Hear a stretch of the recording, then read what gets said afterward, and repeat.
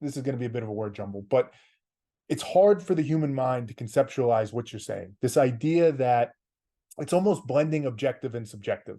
The objective Completely. has to account for the fact that the way we observe and determine it is through a Yes. subjective mind.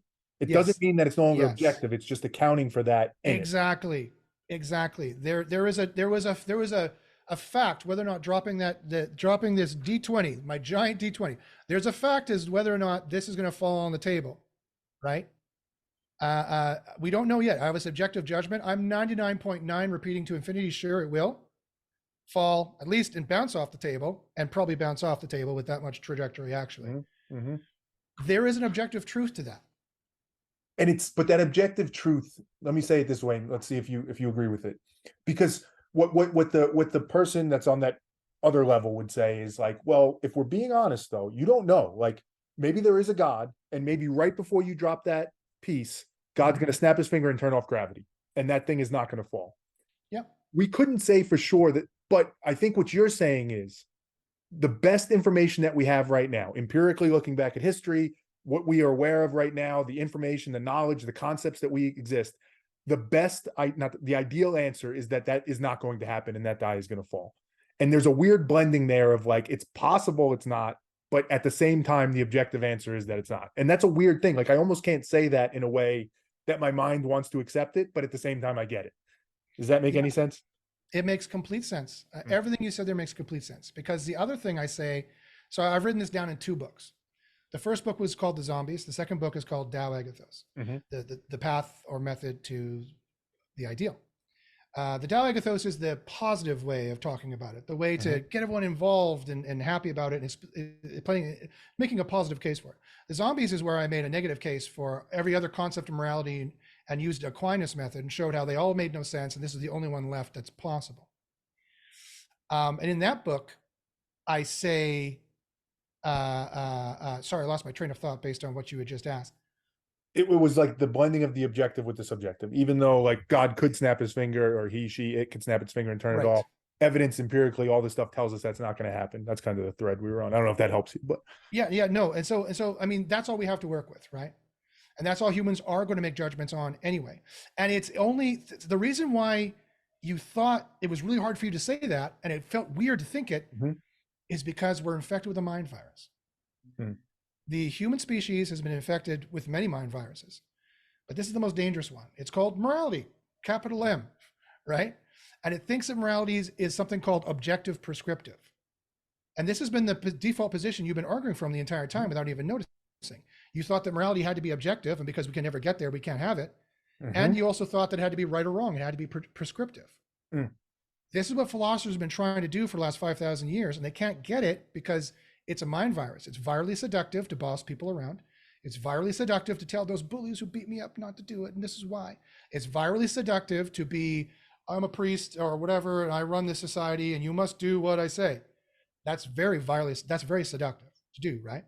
And that's the attendant conceptual position that has to come along with that social political prowess, is that morality is objective, like 2 + 2 = 4. We know that lying is wrong, and therefore thou shalt not do it. We can prescribe to you that you ought not lie because lying is wrong. Here's the problem. That's total bullcrap. Lying is wrong. The sentence can never be demonstrated as true. Ever. It's impossible. It's pretending to be self-evident when it is not. Lying is self-evident because that's a truism. I might as well have just said X is X. It's true because of the form of the sentence, not because of the content. Lying is wrong is not saying X is X. It's saying X is Y. Yes. That is not self-evident. You need to go check wrongness to see if that's what lying is. And sometimes it is, and sometimes it's not. So it is not, it's only evidently determined. It's not self-evident. So it cannot be objective in the sense you've been asking. Also, it can't be prescriptive either. Just because, as Hume proved, just because it is such a way, it doesn't mean it ought to be such a way. Right. And as Russell proved, just because you could be defined such a way, doesn't mean it ought to be such a way. That's right. Also, to quote Russell again, when you said maybe God will push the, I had a 99.9% prediction that when I dropped the die, it would fall, hit the table, and bounce off. He said, well, maybe it'll just fly sideways for some reason. Yeah, that was the 0.1% chance, right? So I'm not refuted in any way. Mhm. And if you say, yeah, well, how you know God's not going to do that? I'll quote Bertrand Russell to say, not enough evidence, God, not enough evidence. Now that was in relation to God existing, but it's I'll Yeah, paraphrase it it in works. that way. It's well, firstly, we're talking on God, and the words you're using, and even before, and you mentioned some of the Eastern and Western philosophies, you can understand how religion came about in this concept, Of because course, it's yeah, all what I'm hearing as you're explaining it is like there's a duality, which is obviously infamous throughout philosophy and religions, where like this objective state, quote unquote, that we're seeking, what is the optimal good? It's like it's stationary and evolving at the same time. The exactly, concept of it is always the same, but what it is in exactly, any given moment can change and differ. And yeah, and like that idea, it goes exactly, back to where you were before of like it's the oneness, it's all of it, it's every single piece of it. That's yes, God, right? That's what people normally conceptualize as God. Now we've morphed that over time, but like yes. it's a very logical path to get to the conclusion of some greater all-encompassing force that dictates and drives the universe in some way. Yes, no, you're exactly correct, and this is how the subjective and the objective exactly link up in the justified moral system. It comes from intersubjective, so everyone's personal subjective feelings Yes. it needs to be canvassed, needs to be predicted, Yes. how they will receive this, how they will take this, how they will respond to this, how they will be better with this, how they will be maximally better with this for the minimal amount of effort and the minimal cost. All those things are factored in because that would have to be to make it optimal, truly ideal. Mm-hmm. And then we make a subjective prediction of an objective state Mm-hmm. of what's going to happen if we do X, Y, or Z. We do X, Y, or Z, whatever appears to be better based on the evidence with our subjective judgment of it, which we cannot escape. So we shouldn't even bother talking about, or who cares? And then the experiment is like an experiment. We will see what happens. We will see if we were right. We will see if we made we did the ideal prediction on the ideal evidence or not. Mm. And that is an objective system that I just described from my subjective viewpoint. And if you examine it too from your subjective viewpoint, I'm sure you will see that objective system that works the way I say it does and does what I say is should do and ought to do. Mm. All right, two more questions as we're coming towards the end. I'm not sure which sequence to order these, so I'll just pick one and go. Sure.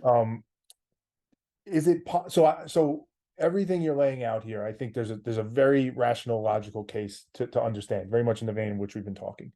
That let's stick with the way you just framed it, where like we do all that canvassing, we do all that understanding, we do the experiment, and then we see if it hits that optimal good. Do you think so conceptually I know that's true, even practically I know that's true in this world, Of but do course you do. we as That's how humans, everyone runs every dinner party they've ever right, run. exactly, but do we as humans have the ability to claim that we've achieved that good? Like, can we ever know that? Like, can we look at it and say, yes, that's it? Or is it true that it does exist and we may actually achieve it, but we can't ever actually claim it? Does that make sense, that question? Do you understand?